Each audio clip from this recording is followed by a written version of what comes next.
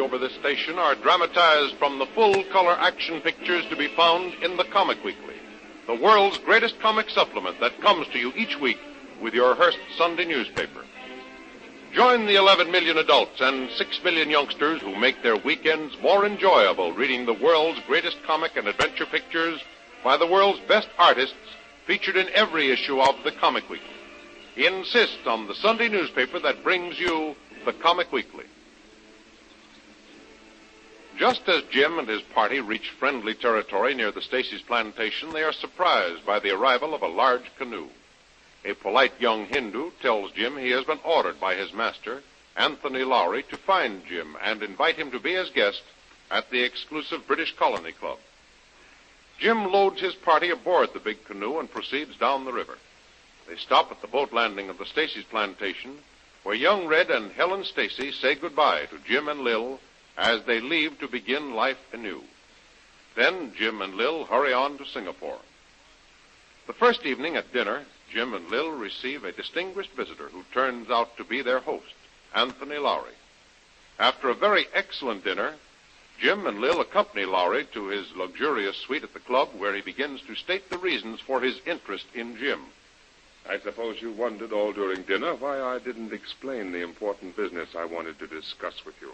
Well, being the eternal inquisitive female, I must admit, Mr. Lowry, I was just about bursting with curiosity. May I say you didn't show it, Mr. Vril? No, sir. And that's one of Lil's most valuable assets, a good poker face. A rather attractive one, too, I might add. Thank you. But I'm still anxious to hear why we're indebted to you for such lavish hospitality, Mr. Lowry. Look here, this might be a very good beginning. Let's drop all formality. Begin by calling me Tony. That's great. I'll answer to Jim, Tony. And I'll settle for just plain Lil. Well, I couldn't very well divulge any of my business at the table because it's of a very confidential nature. And as you know by your experience in the Orient, everything has ears. How well we know that. The second reason is I have a story to tell, and I want you to be comfortably settled without any distraction in order to hear it and thoroughly understand it. Well, I'm thoroughly relaxed, supremely comfortable, and very much in the mood for a good story, Tony. Yes, Tony, Jim thrives on excitement and adventure. And while at times I'm tempted to settle down to a normal woman's life, I realize my temperament's not suited to it. I really share Jim's great love for adventure. That confirms all the reports I've had of you. As for myself, my last 35 years have been calm and peaceful. That is, until quite recently. Have you spent all that time in the Orient, Tony? No, with the exception of a half-dozen hurried trips back to the States. I've spent the last 35 years in Nahia, in the South Pacific. Ever heard of Nahia? Yes, vaguely. Pretty good-sized island with a fairly prosperous trading post. That's right. And now I'll get right down to the point of my visit with you. I've come over 6,000 miles to beg you to return with me to the South Pacific. If you refuse, it may mean the death of every white settler and hundreds of the natives of Nahia Island. Please believe me when I say that there isn't one word of exaggeration in what I'm telling you. Well, judging by your expression and the tone of your voice, I believe you implicitly. Pardon my interruption, Tony. Please continue. Well, here's the story. Rain and wind swept across the South Seas throughout the late summer of 1816. A Yankee clipper struggled bravely in the teeth of a January hurricane, only to be caught at last on a submerged coral reef. As night fell, the storm seemed to increase its fury until Captain Jabez Stone, its Yankee skipper, realized it was only a matter of hours. Even the stout old clipper could not resist the terrific pounding of the mountainous waves much longer. Not only was Captain Stone's ship doomed, but his wife and 6-year-old son, who were making the voyage with him.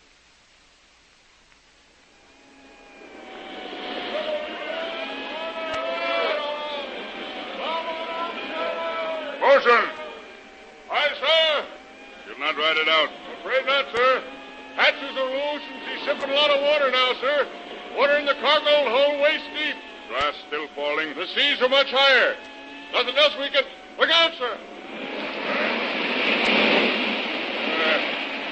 Couple more like that, and this will crush like an eggshell. Yes, sir. There's only one lifeboat left, sir. It's one chance in 1,000. That belongs to Maria and the boy. Bosun, take 4 men. Man the lifeboat. Try to lower away. Aye, sir. Jabez, have we any chance? Cargo hold is waist deep in water. Pumps have stopped. Got to abandon ship. Boat's ready to lower. Get into your coat. I'll dress the boy. And Jabez, you're coming with us. Aye, but the boat's only big enough for you and Peter on the first trip. Oh. They'll come back to me. Are you ready? Yes. Give me Peter. I'll carry him. All right, come along now. There isn't a moment to lose. Lower it away! Lower it away! Boats faster! They're tossing like a chip. Can they make it, sir? Only with God's help. Maria! Goodbye, Maria. God bless you.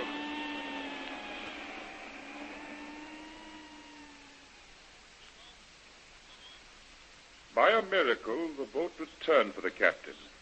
But on its way to the shore again, it capsized. David Stone, a powerful man, managed to swim ashore and join his wife. Morning found the only survivors, the skipper, his wife and son, more dead than alive, high on the beach. The storm had abated, but there was no sign of the storm-stricken vessel. Miraculously saved from one disaster, they were faced by an even greater danger. Black figures stole out of the forest beyond the beach. Their expressions and weird trappings marked them savages, more than likely cannibals. Captain Stone, his wife and son were dragged in triumph to the chief of the island, presumably to be eaten with enthusiasm by the natives.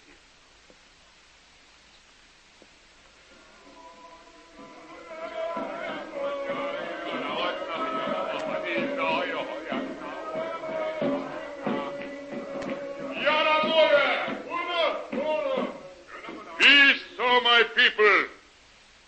Rejoice with me that this day the gods have fulfilled their promise. For did not our great medicine man say that on this very day a new king with his queen, sent by the gods, would come out of the sea to rule us? See in her arms the proof, the boy child, the sign.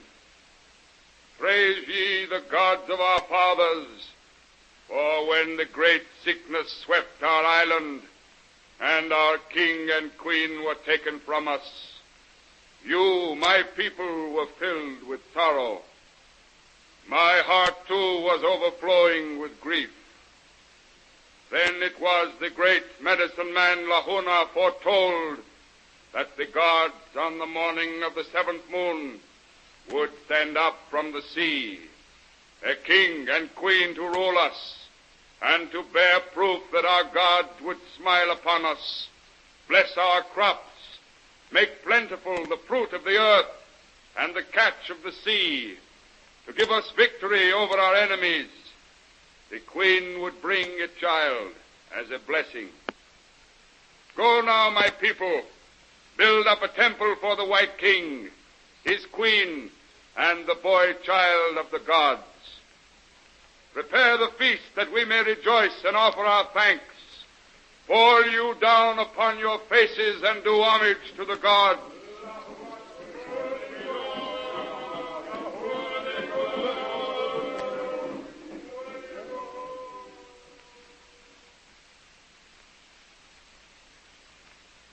So from that day on, Jabez Stone and his family ruled the island wisely and justly throughout the following years. They learnt the language of the natives and succeeded in stamping out all cannibalism, teaching them to understand and believe in Christianity. There is only one of that name left, Peter Stone, and he left the island 20 years ago. And did that end the rule of the Stone family in Nahia? No. This brings me to the climax of my story. The natives revere the name of Stone. To them, that name has meant free schools, hospitals, and health clinics. The island was divided into districts where the people elected representatives to a council which, presided over by a stone, gave the people fair and equitable law. Trade guilds and cooperatives were formed, and the natives were never exploited. That sounds to me like an ideal democracy and a great place to live. Well, it was. Until recently, when a man came to the island claiming to be Peter Stone. The one that had left the island 20 years ago. That is what he claimed. The natives had been praying for the safe return of Peter Stone, and when this man arrived, they naturally took him to their hearts and proclaimed him their just ruler. But he was just an usurper, is that it? I am practically positive of it. Instead of the prevailing peace and plenty, he has brought with him terror, murder, and despotism. I see. But although he's probably not the real Peter Stone, he evidently knows the personal history of the Stones. I am just as positive that this impostor knows where the real Peter Stone is. And you want me to find the real Peter Stone. Is that it?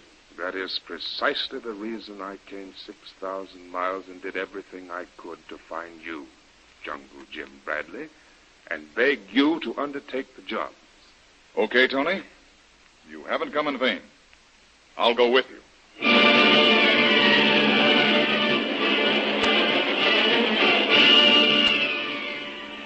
Once again, Jim and Lil stand on the threshold of another new and exciting adventure in the South Seas. Once again, he has sacrificed personal gain, all the physical comforts of civilization to begin another dangerous and thrilling manhunt. Don't miss the next episode in the adventures of Jungle Jim. Remember, you can follow these adventures in the full-color action pictures which appear in the Comic Weekly, the world's greatest comic supplement containing the best full-color adventure and comic pictures. Remember, no other comic supplement can give you the top names of Cartoonland like the list of all-star favorites to be found in the Comic Weekly. The whole family follow the fun and frolics of Jiggs and Maggie, Blondie, Tilly the Toiler, Barney Google, and the Little King, the immortal Donald Duck, as well as the exciting adventures of Flash Gordon and Jungle Jim. Join the 11 million adults and 6 million youngsters who every week find the greatest of home entertainment in the Comic Weekly, which comes to you with your Hearst Sunday newspaper. More thrilling radio adventures of Jungle Jim will be heard at this same time next week over this same station. Be sure to tune in.